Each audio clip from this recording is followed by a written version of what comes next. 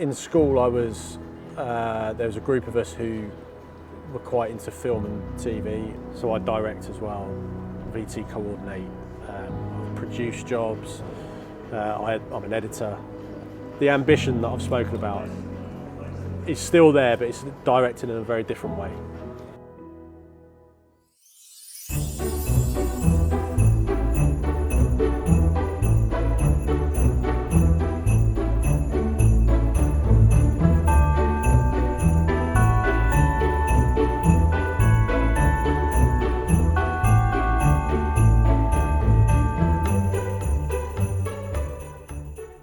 Hello and welcome to this shorter version of episode 10 of Creative Careers, featuring cameraman Doug Andrews. Now, the full episode is available on my channel and hopefully you've seen it. If you haven't seen it, there is a link to it in the episode description. But of course, I would encourage you, if you have an interest in any of the themes, whether that's live TV, broadcasting, sport, photography, media, and as you'll find out, the military, do watch the full episode. It's a really, really good episode. But given that it's 32 minutes in length, I've created this shorter version for people who just have a passing interest, who want, let's say, the highlights package.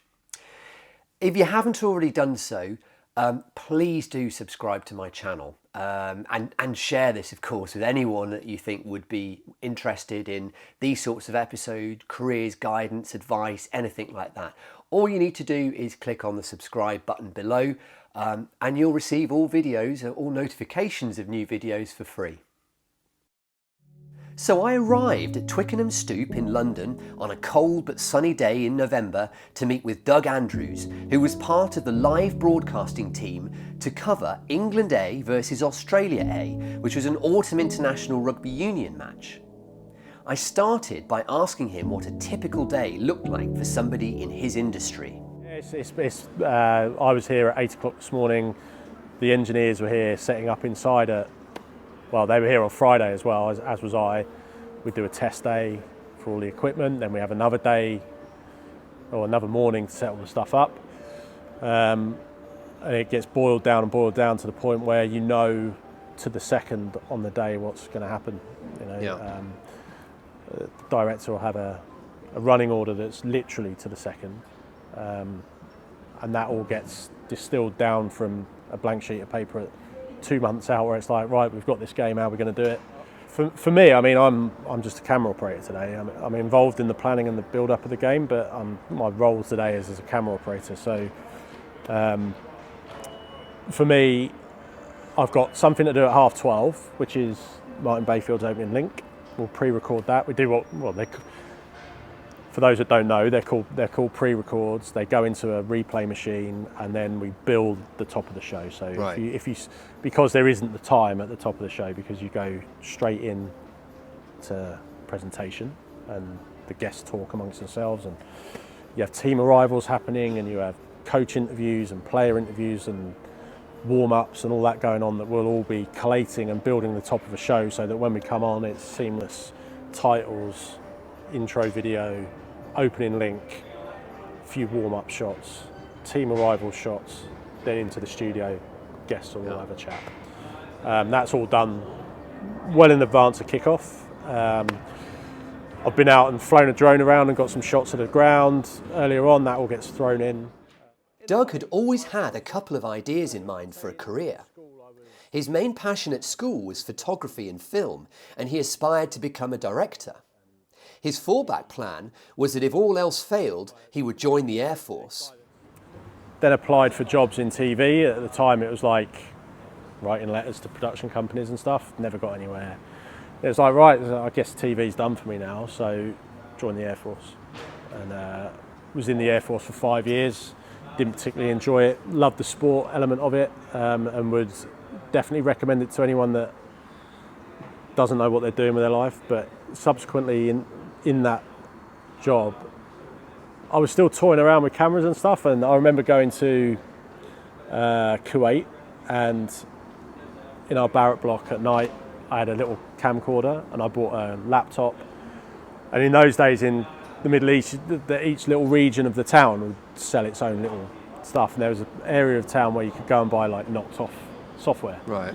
So I went and bought Adobe Premiere, which is an editing software, bought it back, put it into the laptop, and me and the lads in the block would film adverts and stuff. Right. I remember one of them was like like an advert for the Air Force. Right. At the time, the Army's tagline was "Be the best." Right.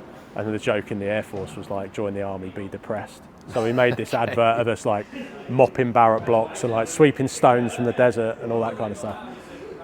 Gradually got back in. I'd make music videos and stuff like that, and realised, right, yeah, actually, I do want to do this properly. So by 2005, Doug was ready for a change, and he left the Air Force with a renewed determination to get into the world of film and TV. He eventually got an opening as a runner through a website for media creatives called Mandy. At the time, it was really hard to get into telly if you didn't know someone, telly or film or whatever. Didn't know someone or have a foot in it, and it still is, to be fair. It still is quite difficult. Can't dress that up, like, because it is. There's no formal training for this. You can go to university and do stuff, but there's no formal entry method. University will teach you stuff, but it won't give you the practical experience. And to be honest, a lot of the guys that are out on sites are going to look at someone out of university, and you might have spent 3 years and think you're the bee's knees, but you come on the site and you'll find out pretty quick. I'd say with any creative job, be it graphic design or TV or acting, you've got to be okay with being told no and being told, sometimes not even being told, just not hearing, because people are quite busy in this industry, and it can be just too much if you get quite a lot of people. I know as someone who looks after camera crews and puts these jobs together, that you do get quite a lot of people just cold calling you, and it is quite tough. You get a message in the middle of the day and you're like, oh, I'll reply to that later, and you don't. So you've got to be prepared to like get rejected. I get rejected often and a lot. And even when you're in, and I've been doing it now 20 years almost, and as a freelancer now, this is it's almost like TV's in a recession at the moment. Right. Money's not being spent, everything's being tightened, and the work isn't there. I think the Air Force probably gives you a good military service, definitely gives you a sort of pragmatic outlook on life. Right. You kind of, things can change in a second in that industry, and so you kind of have to roll with it. And I guess rolling with stuff is the best way of doing it. Right. You've got to be able to do it, and there are people that can't, and there are people that really struggle and have anxiety about, oh, where's my next day's work coming from? And to your point about how do you get into it, that manifests itself in you get people who are really pushy, and the way they seem to think about finding work is, the more I phone people up, the more I'm in their face, the more I'll get work. And there's a very delicate balancing act when you're first trying to get into it, between appearing confident and outgoing and willing to put yourself out there, and just being a pain in the arse. You kind of got to balance that, and it's really difficult. And the best way of doing it is, when you get a chance, just be as helpful and as friendly as you can. And when the job's finished, go home, maybe send an email on Monday and say, really enjoyed it, if you need me again, here I am. And then move on. Yeah. What's the next one? Where am I going next? Because that guy that you've worked with already knows that you're there and you're decent, if you're decent. Doesn't need constant bombardment. There's two ways people do it. You're a limited company or a sole trader. It's, right. Limited company, you're the company. You start out, you've got nothing in the diary. People phone you up, they book you for individual days or a long period of work. You go and do it, you go home. Typically, I'd say 2-3 days a week. Right. So it's, in terms of demands on your time, it's not that bad. As Doug had described, there was a noticeable change of gears as the kickoff neared, and all the work behind the scenes that I had watched finally began to take shape.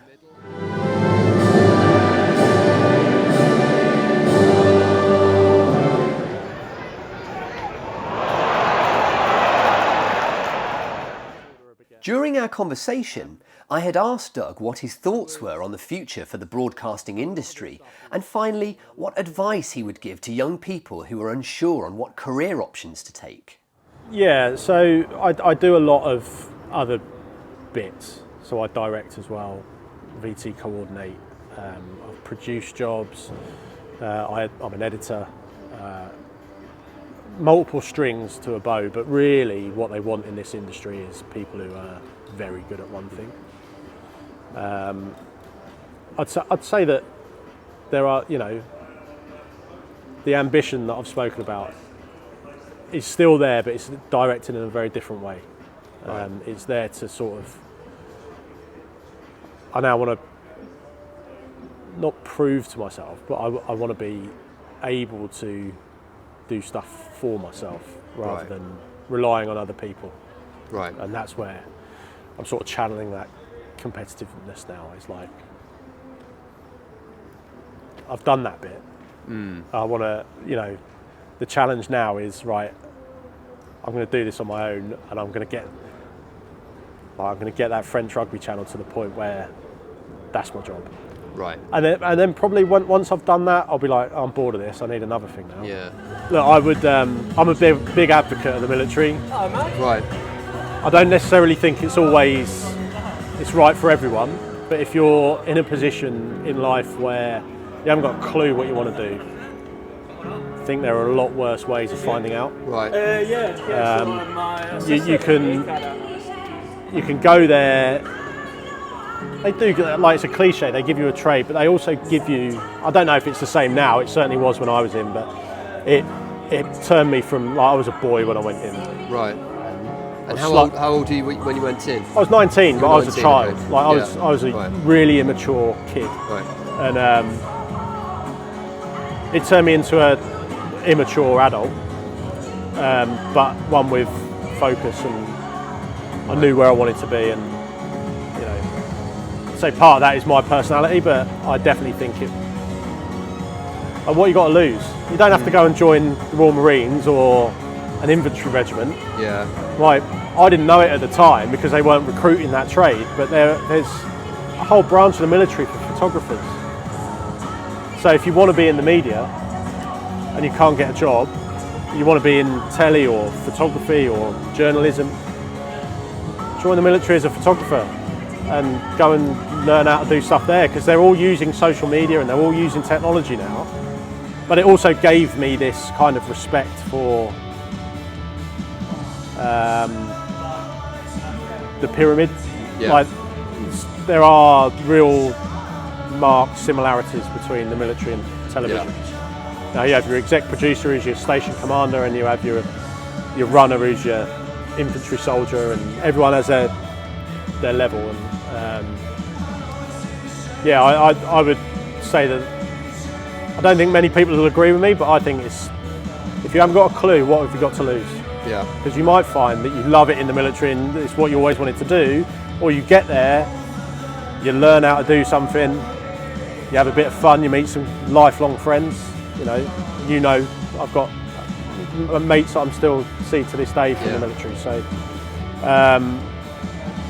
I'd definitely say that is a way to focus what you want to do.